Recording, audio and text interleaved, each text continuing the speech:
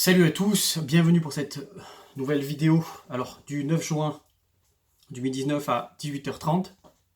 Bienvenue pour cette causerie en fait. Je tirerai les mots de Fabien Moine. Bienvenue pour cette causerie où on va parler un peu des laits infantiles. Je vais essayer de rester sur une demi-heure, trois quarts d'heure pour essayer de tout balayer. Expliquer pourquoi les laits infantiles ne sont pas du tout adaptés, industriels, ne sont pas du tout adaptés à la consommation des bébés et au métabolisme des bébés. Dans un premier temps, en fait, il faut savoir que les laits infantiles à l'heure actuelle que l'on a, d'un point de vue général, ne sont pas du tout adaptés aux bébés. C'est la consommation de moutons de masse, en fait, où nos enfants, nos propres enfants, sont des cobayes, en fait, humains. Sont des cobayes de laboratoire. Vous allez me dire que c'est un peu choquant ce que je dis, mais il faut comprendre que chaque individu, chaque bébé a une chose qui lui est propre, un métabolisme qui lui est propre, un microbiote qui lui est propre, un équilibre entre protéines qui lui est propre, notamment tout ce qui est aussi anticorps, etc. On a une fabrication du système immunitaire chez le bébé qui va être définie par l'apport du lait de la mère. Donc le problème des laits infantiles, c'est qu'ils sont généraux. Ils doivent nourrir le bétail, ils doivent nourrir la masse de bébés sans prendre en compte la spécificité. Et ça, je mettrai entre parenthèses, bien sûr, les interventions de Patrick Borel, qui travaille à l'INRA La Timone, qui explique ce sujet, enfin, sur la nutrition individuelle et non la nutrition générale, qui ne sert pas pratiquement à rien. Donc, mais on peut mettre une parenthèse sur la nutrigénétique, mais ça c'est autre chose pour les spécialistes. Donc le problème des laits infantiles, en fait, c'est qu'ils ne sont pas du tout adaptés à la consommation des bébés, à l'utilisation des bébés, parce que ils sont destinés à une consommation de masse et générale qui ne s'adapte pas aux besoins du bébé. Dans un avenir proche, pour faire un lait infantile de bonne qualité, il faudrait puiser en fait, limite analyser le lait de la mère en fait, essayer de tirer le lait de la mère et voir de quoi il est composé pour essayer de se rapprocher d'un lait infantile qui permettra en fait au bébé d'avoir un bébé, un lait, une matrice synthétique du moins, un peu plus proche que celui de la mère. Donc déjà, ça serait un petit peu mieux. Alors pourquoi faire de la propagande sur l'allaitement maternel puisque l'allaitement maternel est le seul lait adapté au bébé en fait, en réalité. Au bébé A, B, C, D, E, F, vous l'aurez compris, à chaque bébé en fait. Et donc il n'y a pas de lait infantile à l'heure actuelle qui parvient à combler les besoins des bébés. Aucun lait infantile industriel comble les besoins des bébés. Si vous avez des mamans qui vous disent j'ai trouvé le lait infantile qui marche, ça marche, c'est du bricolage, mais ça ne comble pas le besoin du bébé. Le seul lait à l'heure actuelle qui comble les besoins du bébé, c'est le lait de sa propre mère en fait. C'est le seul lait à l'heure actuelle. Donc, d'un point de vue général, les laits infantiles commerciaux industriels sont faits pour une nutrition de mouton générale qui ne sert à rien. Et donc, dans un avenir proche, peut-être que certains chercheurs ou laboratoires, etc., travailleront pour avoir un lait qui se rapproche un peu de la matrice plus originale de la maman, notamment avec la présence de cholestérol, puisque si vous regardez maintenant les laits infantiles, il n'y a pas du tout de cholestérol. Mais on devrait avoir du cholestérol dans les laits infantiles, puisque la mère en apporte. Avant de parler en fait des contaminations, de l'histoire des laits, etc., de tous les scandales sanitaires qu'on a eu, il faut bien rappeler, on a eu énormément de scandales sanitaires. Je vais parler de la situation politico-économique. Faut savoir en fait que pendant le mandat, donc je vais parler un peu des États-Unis parce qu'ils sont en avance par rapport à la France, qui est un pays aussi un peu au ralenti, je pense, vraiment au ralenti. Je vais expliquer pourquoi. Lors du mandat, en fait, l'actuel mandat du président des États-Unis, Donald J. Trump, à l'heure actuelle, s'est opposé à l'allaitement maternel, avec toutes les études qui sont sorties, puisqu'il y avait une révision en fait, de l'allaitement maternel au sein, en disant qu'il fallait absolument mettre en avant l'allaitement au sein et que c'était bénéfique pour la santé, puisque toutes les études, on avait des milliers d'études qui montraient que un bébé qui était allaité au sein avait moins de pathologies, moins de maladies cœliaques par exemple, qu'un bébé allaité avec un lait artificiel. Toutes les études montraient une valorisation de l'allaitement au sein et une meilleure santé des bébés, même si c'est difficile de dire qu'un bébé sera en mauvaise santé, donc on joue un peu sur les mots, mais généralement les études d'association montrent des bébés qui ont un meilleur système immunitaire, qui tombent moins malades, etc. lorsqu'ils sont allaités au sein que lorsqu'ils sont allaités de manière artificielle.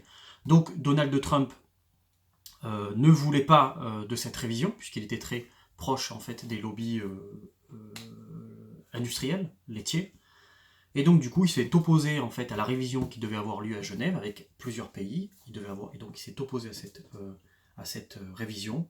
Et du coup, ça a été selon les experts publics de la santé, puisque les experts publics ont suivi en fait cette révision, mais lui s'est complètement opposé. Et on a eu des réactions hors normes, notamment du New York Times ou de l'American Public Health Association, qui disait que, notamment avec le docteur George Benjamin, que vous pouvez trouver sur Internet, qui est le physicien à l'heure actuelle le plus vulgarisé et le plus influent à l'heure actuelle, explique que l'allaitement au sein est l'une des interventions les plus rentables pour améliorer la santé maternelle et infantile, et les experts mondiaux, par exemple, affirment que l'allaitement maternel réduit les maladies métaboliques et sauve la vie des bébés. Donc j'ai écrit un article hier le 8 juin de à peu près 40 pages avec 70 études scientifiques et 4 articles que je vous mettrai en lien dans la vidéo. Regardez-les avant de me poser des questions. Disons que c'est une causerie qui va compléter. Je sais que payer peut-être 4 euros c'est dur pour vous, mais essayez de vous investir au minimum. Ce que je vais vous donner comme information, vous n'allez jamais trouver une information similaire à l'heure actuelle sur les infantiles. Et si vous trouvez une information similaire sur les infantiles, vous venez me voir et je vous rembourse. Donc, le problème en fait aussi on a une mauvaise information sur les infantiles et je pense beaucoup en fait de fausses informations. Donc sur l'histoire en fait de Trump, c'est qu'il s'est pas arrêté là en fait. Il allait beaucoup plus loin. Il a fait un chantage, en fait, c'est le chantage de Washington contre les autres pays, notamment la position alors, de Trump sur les laits infantiles est défaillante, puisque la résolution en fait, devait encourager à l'allaitement maternel, mais il a fait une pression sur certains pays, en fait, comme l'Équateur par exemple, ou l'Afrique du Sud, qui voulaient de cette révision, puisque dans certains pays pauvres, mieux vaut allaiter qu'avoir des laits infantiles, je l'explique dans mon article du 8 juin.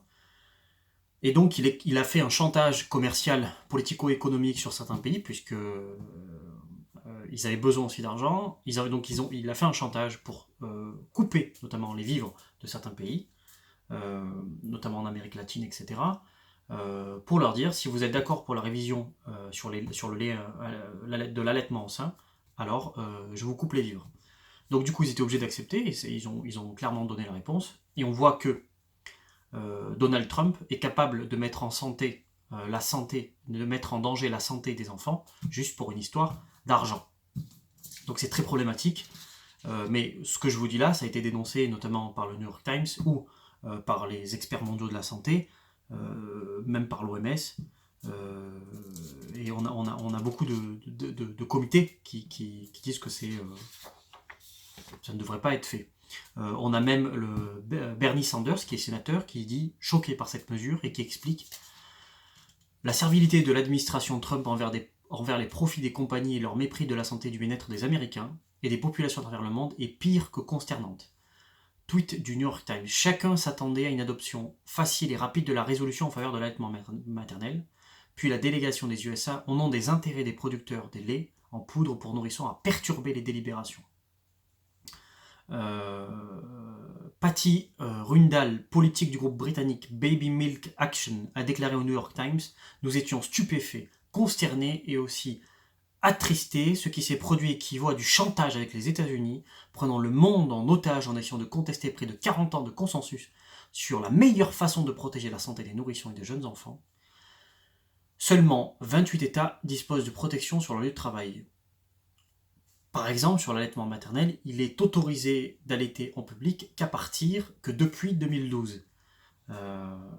Et pour titre d'information que je donne dans l'article, c'est 70 milliards de dollars de profits qui sont faits sur la santé des bébés. Il faut savoir aussi que Bush, en fait, son prédécesseur, n'était pas du tout dans cette optique. On avait en fait beaucoup de choses qui devaient se passer sur les boîtes de lait infantile, par exemple. On devait avoir, en fait, comme les boîtes de cigarettes, des images disant que c'était dangereux d'allaiter son fils ou son enfant, sa fille, son bébé, avec un lait artificiel. C'était limite ça, parce que tellement l'étude était énorme qu'on devait le montrer, en fait. Et on avait, par exemple, Tom Harkins, démocrate de l'Iowa, pendant l'administration Bush, avait même proposé des mises en garde sur les boîtes de lait maternisées pour nourrissons et dans les publicités similaires à celles sur les cigarettes.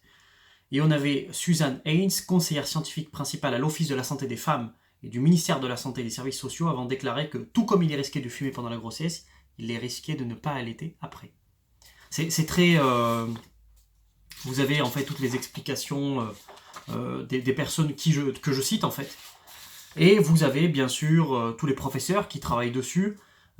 Et je reviendrai sur l'analyse de 60 millions de consommateurs qui a mis, je pense, un froid total en fait dans la santé des mamans, et puis des familles ont été perturbées. Alors, on a aussi l'American Association of Pediatrics, donc qui est aux États-Unis,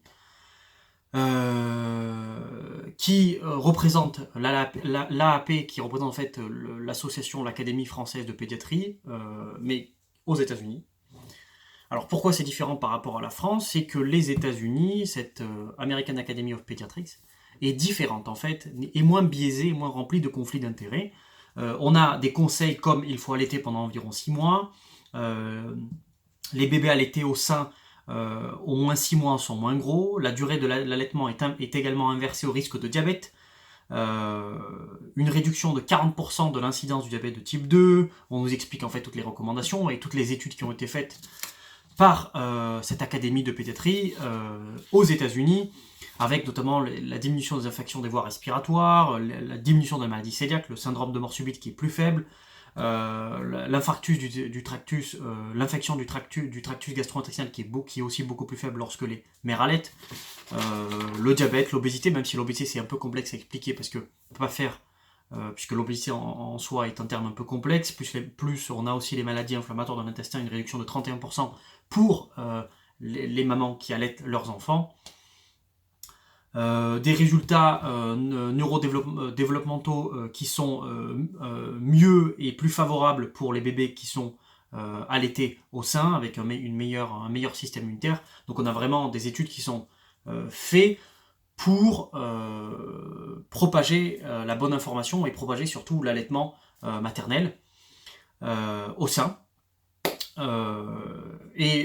Si vous regardez en fait les travaux de l'association de pédiatrie que je cite aussi dans mon article, on a beaucoup de conflits d'intérêts avec les industriels de lait infantile. J'avais mis un congrès en fait de pédiatrie le 24 et le 26 mai à Lyon.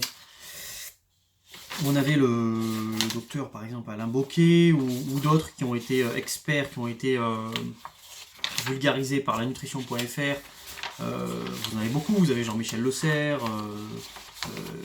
vous avez le docteur Jean-Philippe, le professeur Jean-Philippe Girardet, qui est président de l'Institut Danone. On a Jean-Louis Bresson, médecin à l'hôpital Necker, qui travaille avec les industriels des produits laitiers. On a énormément de personnes dans l'article que je cite. On a Jacques Rigaud, qui est médecin de l'Université de Liège, qui a conseillé cet éditorial, reçoit des financements de part de Nestlé. Olivier Goulet, donc, qui est un pédiatre aussi de Necker, qui travaille avec l'Institut Danone. Tout ça, ça a été révélé par Thierry Soucard, et on voit que l'Académie française de pédiatrie est financée par tout ce qui est Blédina, Candia, Lactalis, les Materna, etc., Nutricia, Nestlé, Régilet, Soudilac. Donc comment voulez-vous avoir une conclusion vraie si tous ces acteurs sont entrés dans le biais du protocole et de l'interprétation? Donc on voit bien que déjà les informations sont pas fausses, mais j'allais dire incomplètes et problématiques, sont un peu bancales. Alors qu'est-ce qui s'est passé? Donc on a eu beaucoup de contamination en fait, énormément de contamination de par les laits. Je l'explique aussi dans mon article donc, du 8 juin. On a beaucoup de contamination de tout ce qui est perturbateur endocrinien de nanoparticules, etc. On a Olivier Thomas, fondateur de Premium Nocere, qui a découvert des nanoparticules, des perturbateurs endocriniens, des phtalates, etc. Alors que c'était la recherche des pesticides. Vous avez eu 60 millions de consommateurs en 2014 qui trouvent des doses d'aluminium, par exemple dans le Gigos, premier âge, naissance, des doses d'aluminium qui sont 50 fois plus élevées que ce qu'apporte la maman dans son lait. On a des doses de 400 microgrammes par semaine, ce qui est énorme. C'est expliqué dans l'article. On a aussi des contaminations de lait, comme on a eu avec Milumel, qui est devenu Celia, qui a été retiré du marché à cause de salmonelle, etc. C'est des millions de boîtes qui ont été retirées, mais en même temps les enfants se sont nourris de ces boîtes. Et tout ça pour nous dire dans un article de 60 millions de consommateurs, en fait une analyse, tout va bien, les laits sont bien. Vous regardez des études en Angleterre, notamment par BMC Pediatrics, vous avez des laits premier âge et de suite de la marque HIP, Combiotic First Infant Milk, donc pour premier âge, qui ont des doses d'aluminium de 394,4 microgrammes par litre pour le premier âge, et des doses pour des laits de suite de 500 microgrammes par litre pour le lait HIP. Vous vous rendez compte? Donc déjà, je parlais de HIP et de gigose, premier âge dès la naissance, vous avez déjà des problématiques. Et dans cette enquête de sondement de consommateurs, on a trouvé des perturbateurs endocriniens, on a trouvé des plastiques, on a trouvé des pesticides, un pesticide qu'ils n'ont pas cité notamment c'était dans les carottes, je crois. Donc on avait 55% sur les laits de premier âge qui avaient une problématique, alors que l'étiquette était tout va bien. Et on a retrouvé du Bacillus cereus dans Baby Bio. Donc si on résume là, on a déjà 3 laits qui sont un peu bancals. Alors, je veux pas que les mères soient coupables, hein. Je veux pas rendre les mères coupables, je veux leur dire en fait, nous ce qu'on veut c'est allaiter le maximum, enfin que les mères puissent allaiter le plus longtemps possible, ou du moins en fonction aussi de leur santé, etc. Mais que même si elles ne peuvent pas allaiter, puisqu'elles tombent malades ou autres, ou elles sont fatiguées, il faut comprendre aussi le besoin de la mère, qu'on n'ait pas des produits ultra transformés qui sont quasi toxiques. C'est ça la problématique. Et pour nous, en tant que futurs parents ou parents, on se pose la problématique, qu'est-ce qu'on donne à nos enfants? Donc j'aimerais bien que cette vidéo soit relarguée avec toutes les autres vidéos que j'avais faites, enfin, une vidéo sur les laits infantiles, et je vais revenir sur l'histoire des fromages et des laits. Donc, alors, on a donc une mauvaise information qui est passée, par exemple sur l'article, pour en venir sur l'article des fromages et des laits, je disais clairement que les laits infantiles, pour la majorité, sans citer de pourcentage, parce qu'avec les statistiques on peut faire ce qu'on veut, pour la majorité, les laits infantiles, c'est fait à partir de fromage. Donc on vous met des boîtes, on vous met des vaches laitières françaises, on vous met on vous dit lait écrémé, mais c'est du lactosérum, c'est du petit lait. C'est la même protéine que l'on retrouve chez les sportifs.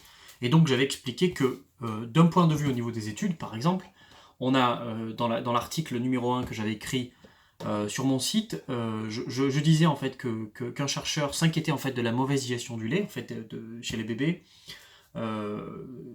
Et on nous dit par exemple que dans chaque traitement, il y a une dégradation des protéines, notamment une dégradation de l'alpha-lacta albumine, bêta-lactoglobuline, de l'albumine sérique et de la bêta-caséine, libérant les peptides amers qui sont présents dans le lait infantile. Et en fait, le chercheur s'inquiétait de ça et se disait en fait le lait est de très mauvaise qualité, le lait infantile est de très mauvaise qualité, puisqu'on a une dégradation des protéines. Donc vous avalez des protéines, un lait qui est de mauvaise qualité, qui ne va pas nourrir votre bébé au niveau du microbiote, du cerveau, du système immunitaire, etc.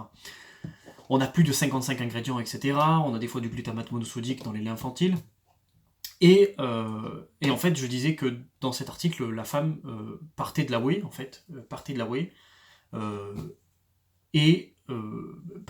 pour extraire en fait les laits infantiles. Ça, c'était dans les études.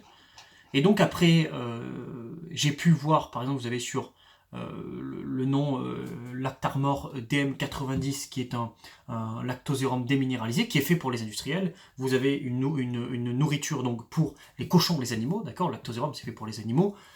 Et pour les enfants juste à côté. Donc c'est très... Vous avez le lien du site sur la bibliographie numéro 10. Donc vous avez les bio déminéralisés. Et j'ai dit il s'agit en fait d'une poudre de lactosérum doux, déminéralisée à 90%. Le lactosérum doux est issu de la fabrication de fromage à pâte pressée cuite, telle que l'emmental, le comté ou le cheddar.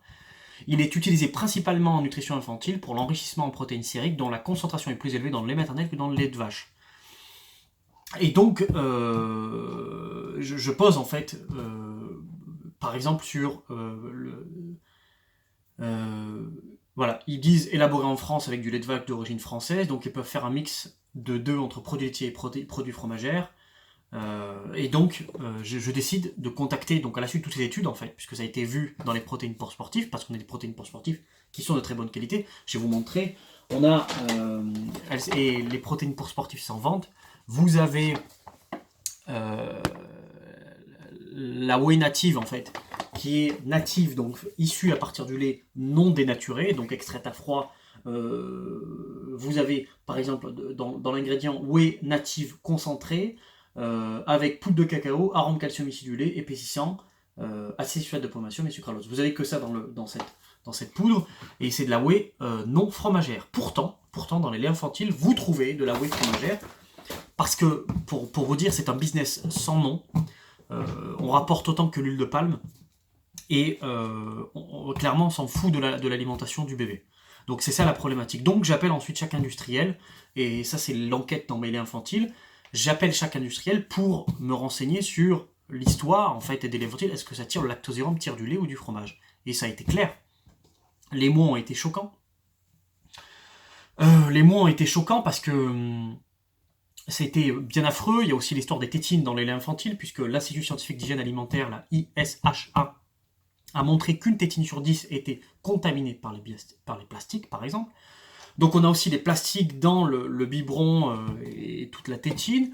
Et on a des termes, par exemple, j'ai contacté un industriel que vous trouverez, la réponse d'un industriel que vous trouverez dans l'article 1 des laits infantiles. Le lactosérum est un coproduit de la fabrication du fromage à pâte pressée. Phase solide, caillé, etc. Et le caillé va ensuite continuer sa course vers la fabrication du fromage. Celui-ci est dans notre cas déminéralisé puis intégré dans la fabrication des laits infantiles. C'est donc du fromage, et là ils disent le lactosérum est un coproduit de la fabrication des fromages à pâte pressée. On est bien d'accord, ils n'ont pas dit laitier. Certains vont me dire laitier et fromager, qu'est-ce qui se passe? Mais dans cette whey, c'est à partir du lait cru. Donc ce qui diffère à partir du lait cru, et ce que j'explique, c'est que le lait qui est tiré à partir du lait cru, on a donc un lait infantile qui peut être tiré à partir du lait cru, un lait infantile qui peut être tiré à partir du lait écrémé pasteurisé, un lait infantile qui peut être en poudre, et un lait infantile qui peut être tiré à partir du lait écrémé pasteurisé liquide, et un lait infantile qui peut être tiré à partir de fromage français, et un lait infantile qui peut être tiré à partir de fromage étranger, de très mauvaise qualité, et donc on se retrouve avec 1, 2, 3, 4, 5 versions différentes pour un lait infantile. Et ça c'est impossible de savoir ce que c'est dedans. Donc je mène mon enquête, et on a des affirmations, par exemple, de la part d'un industriel. Le lactosérum de la production laitière, ça n'existe pratiquement pas, car le lait est très précieux, et on prend pour produire le lactosérum toujours les restes du fromage. C'est vraiment des restes du fromage. Donc je leur dis, on prend les restes du fromage pour le lait, et on me répond, c'est le lactosérum de la production fromagère, c'est tout. Je suppose que les autres fabricants de lait prennent aussi le lactosérum de la production fromagère, car il n'y a pas d'autre possibilité. On ne prend pas du lait, on ne produit pas de lactosérum du lait cru, le lait est très précieux, et on n'en fait pas ça. On prend toujours de la production fromagère. Pour une marque de lait que je ne citerai pas. On a aussi d'autres affirmations. Donc c'était le 9 novembre. Non, c'était le 9 octobre, je parlais à un industriel qui me disait le lactosérum, on l'utilise pour une simple raison. C'est très peu cher, ils ne savent pas quoi en faire. C'est fou de dire ça, quoi. On le donne même en alimentation au cochon, donc c'est uniquement au coût de revient du produit. Et comme c'est très riche en lactose et en protéines, et comme il n'en faut pas trop pour le bébé, c'est pour ça que nous, on n'en met pas, dans leurs produits. Ils achètent le lactosérum du fromage directement. Le lactosérum, c'est le petit lait, un sous-produit du fromage. Et moi, je leur pose la question, on ne peut pas savoir d'où vient le fromage. Ils me disent, ah non, ça c'est regroupé sur plein de fabrications, ça vient de pays étrangers en général, de traçabilité pour le lactosérum est assez compliqué. Nous, on prend le lait écrémé pour avoir la maîtrise de tous les acides gras essentiels qu'on rajoute derrière. On rajoute colza, coco et tournesol dans les proportions telles qu'on essaye de se rapprocher au plus près possible des acides gras qui sont contenus dans un lait maternel moyen, car ils varient d'une femme à l'autre, essentiel. Et donc, tout ça pour vous dire, on a des termes qui sont choquants, d'accord, qui sont choquants, et des laits qui sont limite des restes en fait d'industrie. Ce sont des miettes de pain que vous mangez et que vous récupérez en fait, et qui sont utilisés pour les laits infantiles. Donc la fabrication est problématique, et donc on a, je cite par exemple dans mon article des annexes de boîtes de lait infantile où on nous dit clairement que tout va bien. Mais en fait, dans la réalité, on n'a pas de certificat d'analyse, on n'a pas de code de déontologie des experts, comme son nom de consommateur qui a fait appel au docteur Alain Bocquet, qui collabore avec Blédina, Nestlé, Novalac et Sodilac, mais quel conseil Pourquoi ne pas prendre des pédiatres indépendants pour donner des conseils généraux? Pourquoi les pédiatres à l'heure actuelle, ça c'est des associations en plus qui me le disent, pourquoi les pédiatres à l'heure actuelle sont financés, sont aidés par les industries agroalimentaires et surtout les industries laitières? C'est pas normal. Je vais pas vous dire de vous conseiller nutritionnellement sur imaginons ce jus de pomme, alors que j'ai les industries du jus de pomme qui me payent, qui me donnent des chèques, et donc je suis obligé forcément de ne pas dire que ce jus de pomme est mauvais. D'ailleurs, j'ai fait des articles pour PIC Nutrition, moi je m'en cache pas, et j'étais obligé de dire que la protéine est bonne, etc. Forcément, puisqu'on doit biaiser notre interprétation. Donc c'est vrai, quoi, ça existe. Et donc, on a des experts qui ne savent même pas que, par exemple, l'huile de palme est toxique, oxydée est toxique, mais c'est le cas, l'huile de palme oxydée est toxique, notamment avec la teneur en glycidol ou en 3-MCPD, qui sont cancérigènes, par le CIRC, probablement cancérigènes pour l'homme, en 2000, et la sécurité, par exemple, sanitaire des aliments au Japon a conclu qu'il attaque l'ADN et crée des mutations géniques. Et on a des congrès, donc que je cite, on a des congrès qui sont financés par des industries laitières. On a aussi McDonald's qui est présent, on a Laboratoire Novalac, Nutricia, Pampers, Pierre Fabre, Planète Médicale, Société des Eaux. On n'a pas d'association en fait pour l'allaitement, c'est fou, hein. Dans un congrès de pédiatrie, on n'a pas d'association pour l'allaitement. Imaginez ça. Partenaire majeur, on a Nestlé, on a Nestlé Nutrition, Nestlé Health Science, PTC Thérapeutique, Sanofi, Sandoz, Sodilac, Biostime Institute, Alexion, Biocodex, ça ce sont les partenaires majeurs, donc qui payent. Et ils disent même, on remercie, les sociétés de pédiatrie remercient pour leur soutien actif les sociétés suivantes. C'est fou, hein, pour un congrès de pédiatrie. Et qu'est-ce que fait McDonald's dans un congrès de pédiatrie? Et donc on a plusieurs types de contamination. On nous dit que tout va bien avec les laits infantiles, alors que lorsqu'on regarde Galia, on a du glycidol cancérigène, du plastique, DEHA, ne confondez pas avec la DHEA, la DEHA qui est en fait un plastique, qui est par exemple dans le produit Galia, on nous dit les laits infantiles tout va bien, on a des pesticides dans les pommes, et on nous dit tout va bien. Alors on ne voulait pas alerter, aussi c'est normal que son de consommation ne voulait pas alerter, mais les faits sont différents. Donc on a des produits qui sont de piètre qualité, on n'a pas du tout de certificat d'analyse lorsqu'on va chez Galia ou autre, on a que de la pub, hélas. Et les maires elles vous disent il faut faire au mieux. On n'a pas de certificat de conformité pour chaque lot, enfin en tout cas c'est pas disponible. On a juste des pages et des pages de pubs qui ne veulent rien dire.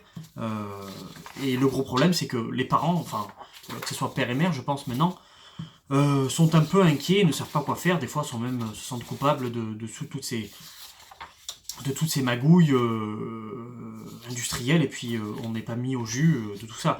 Alors j'ai recueilli beaucoup de témoignages en fait de mamans qui expliquent que en fait c'est difficile, hein. C'est difficile d'allaiter, on est mal informé, les sages-femmes ne sont pas informées.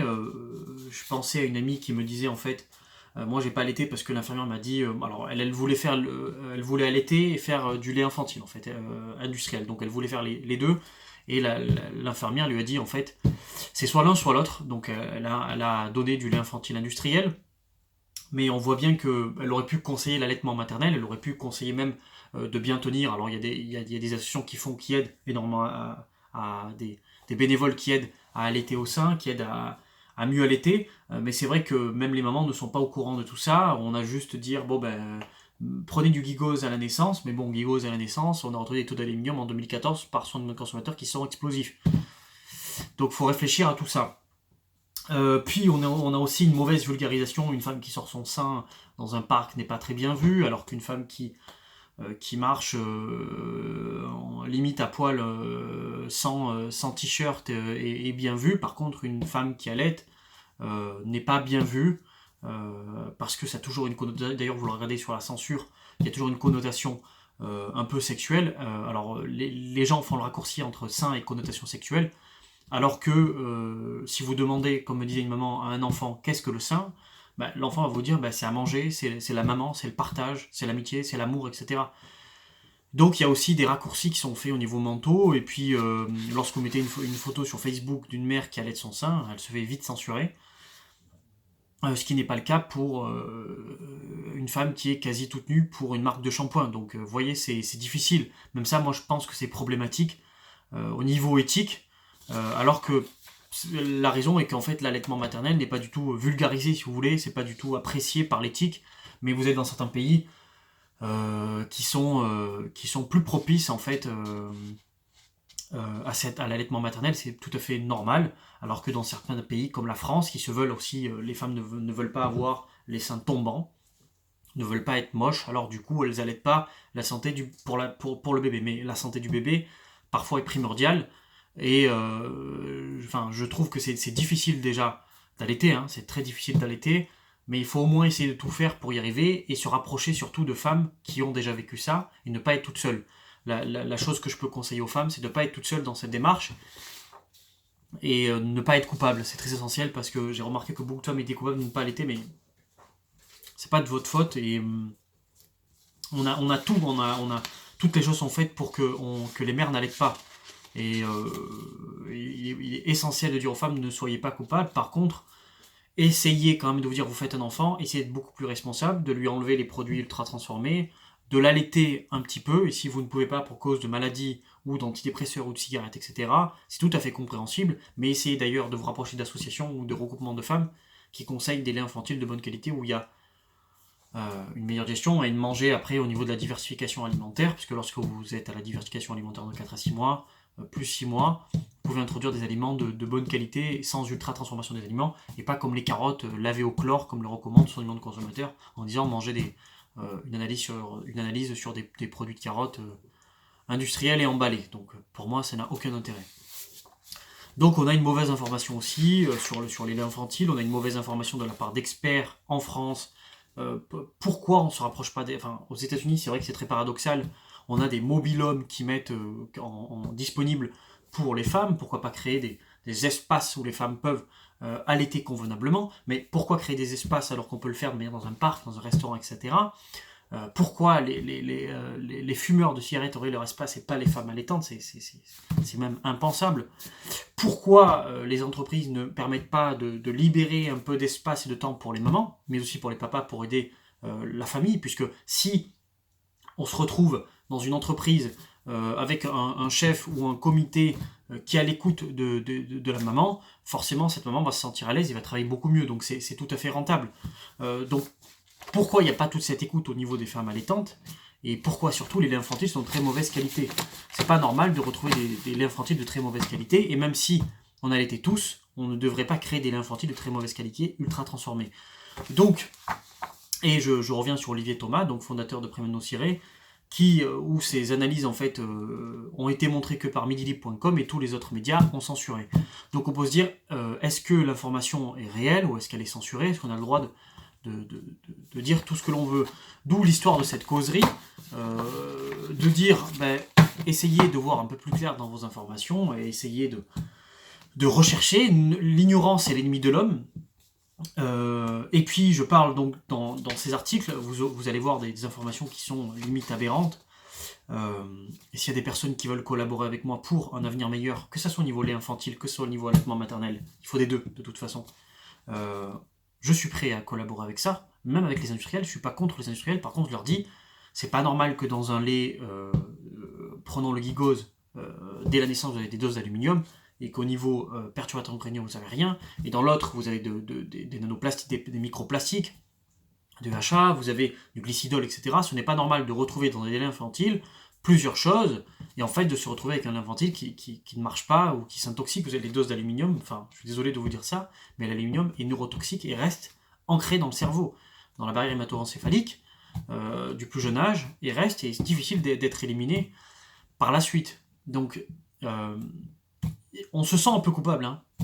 On se sent un peu coupable, même moi qui n'est pas une maman, et je me sens je me dis quel futur pour mon prochain enfant où je serai responsable puisque je connais tout ça. Ce que je peux vous recommander, comme je dis spécifiquement, c'est de lire mes articles et de vous intéresser à ce que je fais, c'est très très important. Je pense que on n'a pas encore compris ce qu'il en est à l'heure actuelle. Ce qu'il en est, c'est qu'on nous donne n'importe quoi à manger, des aliments ultra transformés, des produits qui sont neurotoxiques. On a une massive propagande des industries agroalimentaires qui biaise complètement le système économique à l'heure actuelle. On a des associations. Alors, je vais vous donner une dernière information. J'ai demandé à bébé et maman, sur l'article sur les cochons, les fromages, etc., de publier l'article sans citer de marque en disant voilà, c'est ce qui se passe. Ils m'ont dit non, on ne peut pas, bébé maman qui a plusieurs millions d'abonnés, on ne peut pas répondre à votre demande. Alors, je ne sais pas si la demande, c'est parce que ça ne convenait pas aux critères en fait de l'édition. Alors, bien sûr, parce qu'ils vendaient du baby bio, ils vendaient des boîtes de lait infantil, ils faisaient de la pub pour les laits infantiles, donc forcément, ils ne vont pas sortir mes articles. Vous voyez la censure. Lorsque j'essaie de poster sur Facebook cet article en fait sur l'infantile argent et danger, j'ai été censuré, on m'a bloqué la publication. Donc je me dis, et donc parce qu'il y avait Trump et l'infantile, alors ils ont bloqué la publication, je me dis est-ce que c'est fait exprès, est-ce que c'est... En tout cas ça a été impossible de publier cet article sur ce nom-là, donc j'ai dû changer. Donc pour vous dire qu'il y a une censure, qu'il y a une mauvaise information et qu'on doit absolument changer. Pour moi la causerie va s'arrêter là. C'était pour moi l'essentiel de ce que je voulais vous présenter, que ça soit au niveau donc les infantiles, il y a bien d'autres choses. Sachez que on s'étonne des enfants qui deviennent des explosions de cancer qui augmentent en fait au niveau statistique, hein, qui augmentent de manière considérable. C'est normal, en leur donnant 300 produits chimiques à la naissance, c'est tout à fait normal, sans compter les polluants dans l'eau, et là vous avez les analyses de générations futures qui s'inquiètent pour les perturbateurs endocriniens dans l'eau, donc vous avez dans chaque département la teneur en perturbateurs endocriniens, et vous avez en fait, sur chaque département, vous avez en fait la teneur en perturbateurs endocriniens, c'est affolant, on a du glyphosate partout, c'est affolant. Et comment voulez-vous faire en fait pour arriver à avoir une bonne démarche? Et ce que je dis, c'est que l'ignorance est l'ennemi de l'homme et qu'il faut rester éloigné de l'ignorance. Il faut absolument se renseigner sur ce que l'on fait. Et la première chose est d'éviter les sources avec peu de codes de déontologie. Donc un expert qui travaille avec des industries ne doit pas vous donner de conseils. Un pédiatre qui vous dit prenez ce gars-là, c'est le meilleur, c'est qu'il a des chèques de l'industrie. Okay, par contre, si vous avez les sages-femmes aussi doivent se former, parce que les sages-femmes ne sont pas du tout formées, les infirmières aussi, les gynécos aussi. On a du travail de l'ancien monde, j'ai l'impression, du Moyen-Âge. Et c'est problématique pour la suite. Cette histoire de lait et de fromage, j'espère qu'elle sera vulgarisée et connue pour dire arrêtez de tirer du fromage à partir pour les laits infantiles, puisqu'on fait déjà pour sportifs du vrai lait cru ou pasteurisé comme Nutrimuscle. Vous avez Fitness Boutique qui utilise du vrai lait cru, mais vous avez Nutrimuscle qui utilise du lait pasteurisé, mais ils utilisent du lait à la base, et dans les recherches à la base on voyait ça. Mais étant donné que maintenant ça coûte trop cher, ils utilisent des restes de fromage, et quand vous avez des industriels sur les 9 que j'ai contactés, je crois, ou un peu moins, sur les 9 que j'ai contactés, tous me parlent de restes de fromage, donc c'est vrai que c'est problématique. Et puis ils le disent clairement, je ne vais pas parler de marque, je l'ai dit dans mon article, on vous dit clairement qu'on ne peut rien faire. Enfin, alors essayez de changer. Essayons de donner un peu plus de certificats d'analyse au niveau d'aluminium, puisque les industriels n'analysent pas le taux d'aluminium dans les laits infantiles au produit final. C'est pour cette raison qu'on se retrouve avec des taux explosifs, et vous allez retrouver sur PubMed ou autre les études qui montrent infant milk à base d'aluminium. Vous allez voir, il n'y a que ça, et ça reste problématique. Donc cette causerie est finie, elle sera disponible sur YouTube, je vous mettrai les liens des articles, tout est dessus, ne me disez pas donnez-moi les études, etc., tout est dessus. Cette vidéo est faite juste pour informer les gens, en fait, pour dire bon il y a beaucoup de mères qui essayent de donner des conseils, etc., donner des bons conseils. Lorsqu'on voit par exemple l'étude de son consommateur qui dit qu'il faut le profil des acides gras, la vitamine D, etc. Ok, mais ce qui importe pour le bébé, c'est la teneur en protéines, le rapport caséine-protéines solubles qui est important, la qualité des matières premières, l'huile de palme qui est en effet cancérigène. Déjà, pour le côté nutritionnel, il y a un problème dans l'étiquetage, mais ça c'est encore autre chose. Donc vérifiez la source. Un magazine qui fait de la pub pour les laits infantiles, industriel, ça ne marche pas, on ne peut pas vous donner de conseils, est-ce que vous comprenez? Donc moi je vous ai mis mon rapport avec bébé et maman, mais d'autres magazines, vous avez des journalistes, Olivier Thomas n'a pas été contacté par d'autres, donc pour vous dire que voilà, c'est compliqué à expliquer, hein. Même si on a des analyses, difficiles de dire bon dedans il y a des nanoparticules, etc. Je vous souhaite à tous une bonne journée, à la prochaine. Peut-être que si cette causerie marche bien, on en fera plusieurs, où je discute de tout et n'importe quoi et d'un thème précis. Lisez mes articles. Et puis, essentiellement, comme je vous dis par la suite, il y a des gens qui sont intéressés pour collaborer. Je suis prêt à collaborer pour avoir une meilleure prise en charge de l'allaitement au sein ou